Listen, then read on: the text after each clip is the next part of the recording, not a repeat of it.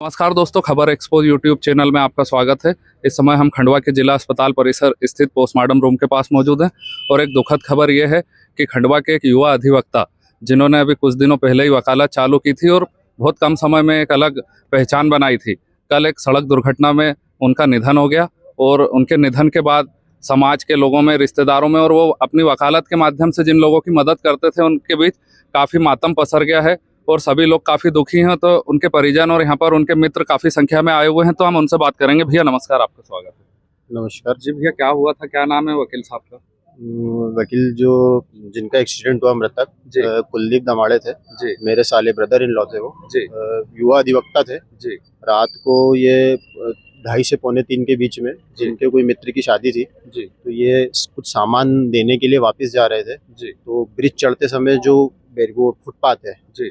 Footpath पे शायद इनकी गाड़ी टकराई जी।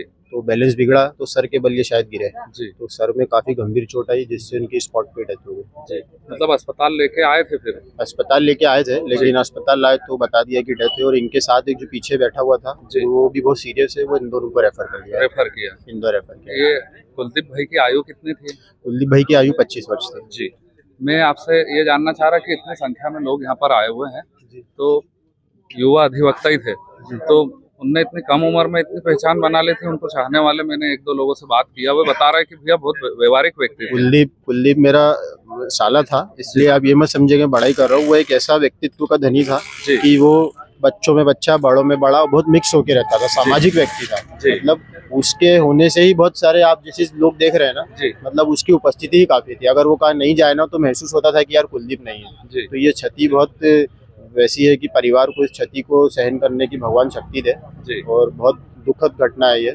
मतलब हम समझ सकते हैं कि उन्होंने अपना वकालत के रूप में प्रोफेशनल चुना था, तो कहीं ना कहीं वो लोगों की हेल्प करना चाहते थे। कई लोग जो परेशान रहते हैं विभिन्न कोर्ट कचहरी के कार्यों से, तो वो हेल्प का ही उनका नेचर रहा है। उनका बहुत हेल्पिंग नेचर भी था और बहुत मिलनसार भी थे, सामाजिक। कितने साल पहले उन्होंने वकालत चालू की? अब उन्होंने वकालत तो 2 साल पहले चालू करी थी, बाकी 2 साल में उन्होंने वकालत में अच्छा नाम कमा लिया था। और अगर वो मतलब रहते तो समाज में कुछ अच्छा नाम कमाते।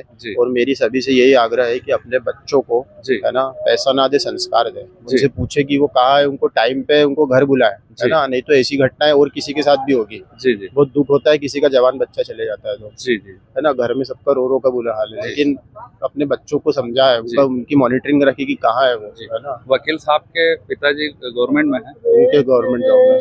गवर्नमेंट जॉब में। ठीक है, आप भैया आप कुछ कहेंगे, आपका क्या नाम है? बस मैं उनके जो मृतक कुलदीप दमाड़े जी हैं जी, उनके पिता हमारे सहकर्मी हैं नर्मदा घाटी विकास विभाग में जी, NVDA में जी, उन्हीं के दुख में भागी बनाने आया हूँ। जी, बड़े परेशान हैं। ठीक है, आप कुछ कहेंगे भैया, आपका क्या नाम है? बता दो। मेरे मित्र के बेटे, मेरा नाम उत्तम चंद कोट है।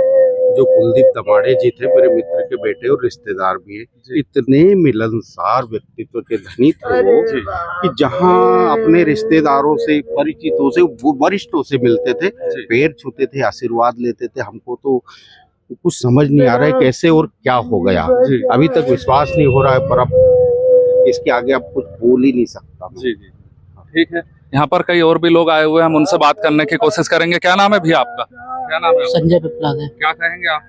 सर मैं एक ही बात कहूँगा कि बहुत ही मिलनसार और बहुत ही प्रतिभाशाली व्यक्ति थे वो। आए दिन सबकी मदद करते रहते थे, हमेशा सबकी मदद के लिए तत्पर रहते थे। बस यही कहना। ठीक है, आप कुछ कहेंगे सर, आपका क्या नाम है? भतीजे ही भैया, मैं मौसा जी उनका। बहुत दुखद घटना घटी है। हमारे भाई साहब का एक ही इकलौता पुत्र था जी, बस सब क्या कहूँगा। क्या नाम है उनके पिताजी का? महेश दमाड़े जी। सर NVDA में थे?